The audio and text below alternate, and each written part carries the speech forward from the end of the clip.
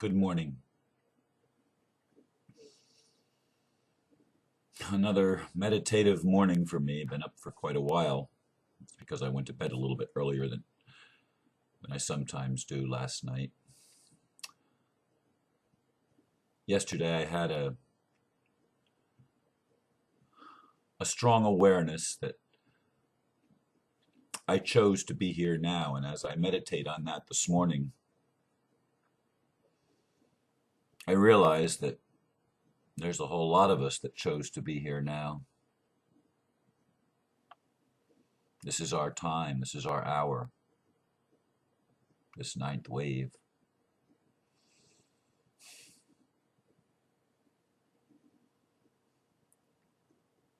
In fact, I think everyone that's here has chosen to be here. And I think that's always been the case. But we may not always have been aware of it, and certainly the majority of people on the planet right now are not necessarily aware that there's any connection between what's going on in their lives as three-dimensional human beings in relationship to what went on previous to them becoming a three-dimensional human being. Not like it's the first time, but for many people they think it is. They're not aware of the infinite and eternal connection that we all have. Anyway, as I was meditating this morning and pondering the things that have been happening in my life recently, I was directed to go back and read the 17th chapter of the Gospel of John, which to me is the real Lord's Prayer.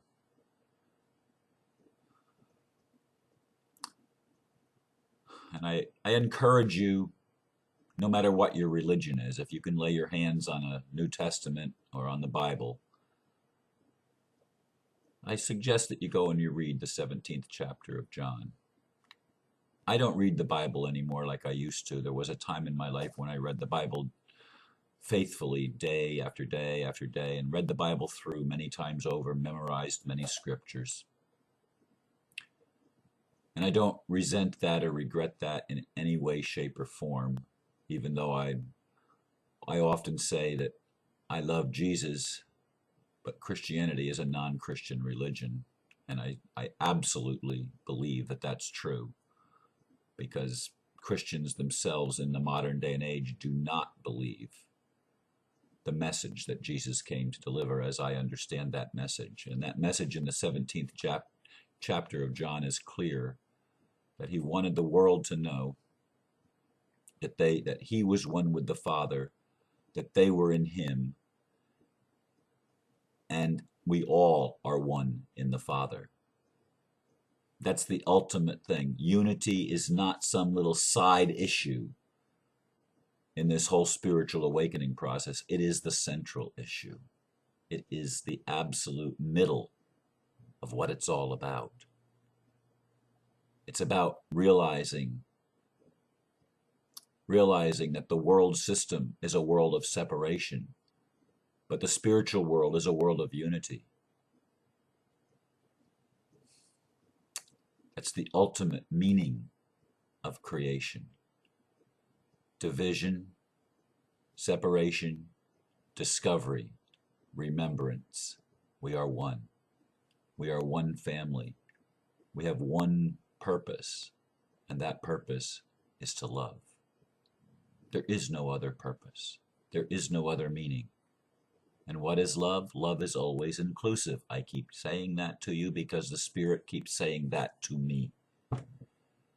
There are people that I have to encounter in my life, and the encounters are not always pleasant. I have circumstances that I've had to go through in my life, and those circumstances have not always been easy. But as the stream of life has carried me forward, I recognize that even in those difficult times, and even with those difficult people, maybe even especially with these things, my message is, are you willing to love? That's the question Spirit asks me. Are you willing to love? Are you willing to hold that which does not appear nice and good? Are you willing to hold that in your heart? Are you willing to stand in the light of the truth that I have given you in your heart? Are you willing to be the man, or in your case, perhaps the woman, that you know you are, that you've always known you are, the person you were born to be? When you were born as a little child, you didn't have all the prejudices and all the biases and all the things that you've been taught since you came in here. Little children can play with each other. And it doesn't matter what religion the other person is. It doesn't matter what color their skin is. It doesn't matter what country they came from. Now, granted, language may be an issue even for little children if they don't understand each other, but I've never watched children that don't speak the same language play, but I'll bet you they can. In fact, even animals that have been natural enemies. I saw a video the other day where a cheetah caught up with a gazelle, a young gazelle, and they actually loved each other. They didn't. The cheetahs or the wild cats did not eat what is normally their food. It was an amazing video, and I've seen other videos like that. This is a new paradigm, and the paradigm is about love. And we came here. We chose to come here at this time to ground the energy of love on the planet, to be the people of the heart who are able to hold everything inside of themselves, because there is no separation. There is no separation. I have people trying to convince me. There's somebody, I don't know if a man or a woman, trying to convince me that God wrote a book. God never wrote a book. Not in the sense that I would write a book. Now, God may inspire me to write things down that are tremendous spiritual truths and insights as to the way things are, and sometimes even some of the wisest things are the way they are. And God has been doing that throughout time. When we have written down things, God has inspired people to write, and I do believe that. But God never wrote a book. Not in the sense that God is separate from the rest of us and took on this ability to write. I know the story of Moses and the Ten Commandments, where God etched on stone the Ten Commandments. Whether that's myth or historical fact, I don't really care, because to me, myths have spiritual significance. Whether they have historical significance or not, they are archetypal. They are messages from the soul to the soul. And sometimes they reach the mind, but in this generation, they have to reach the heart. We've played with ideas from time immemorial. We've gone to war over ideas. We've fought with our family members over ideas, over concepts, over beliefs.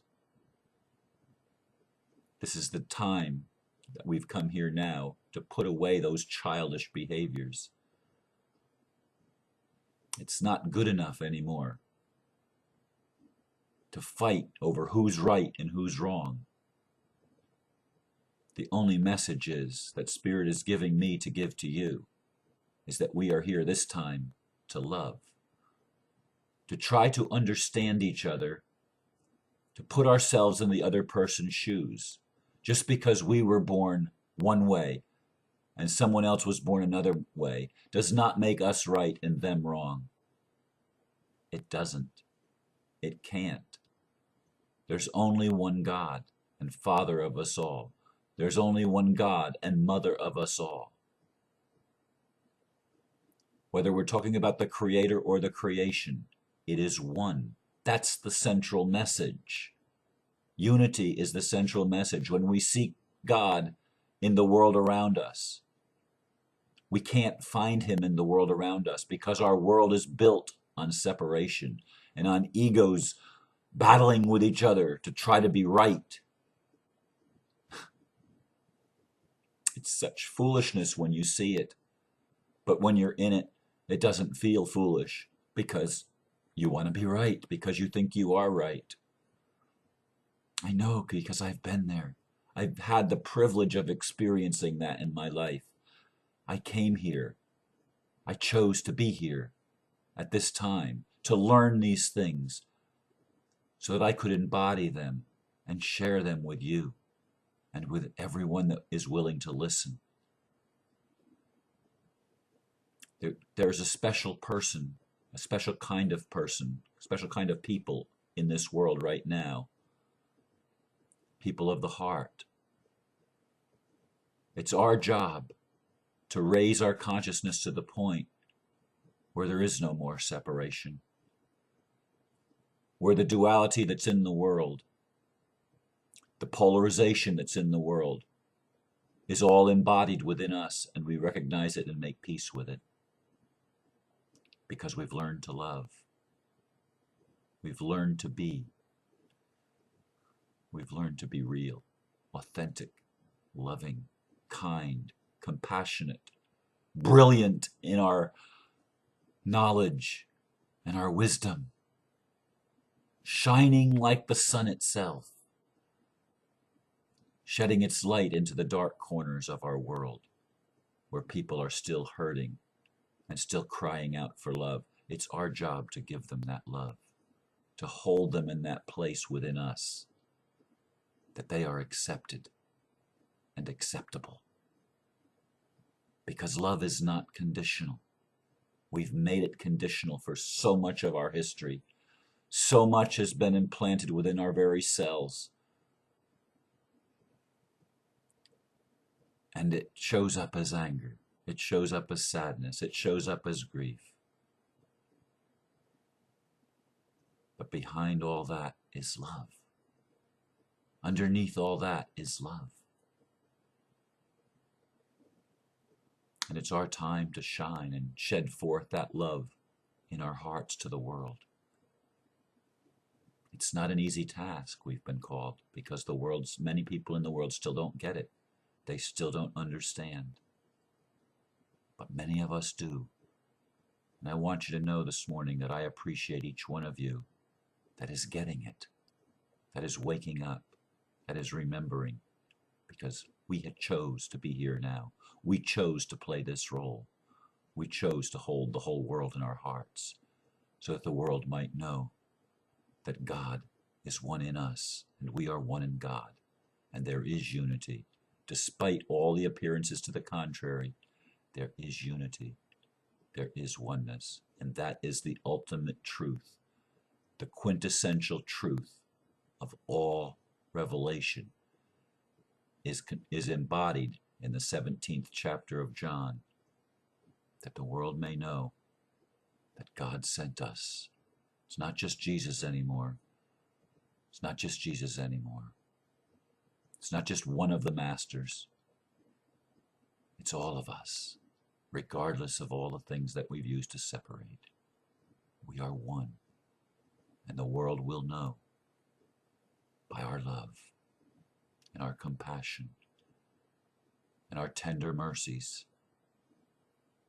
The world will know, the world will see, because you and I are connected, and we know it. We remembered. And through that revelation, we are creating a new world. Or you could say a new world is being created because of that revelation, which is the grace of God to each of us. Thank you for listening and letting me share with you this morning from my heart. Let the Holy Spirit make it real to you. And yes, you have the Holy Spirit that leads you into all truth. That's what the 17th chapter of John is about. Namaste. I recognize the divinity you are because I recognize it in me. Bless you. Thank you. beautiful day.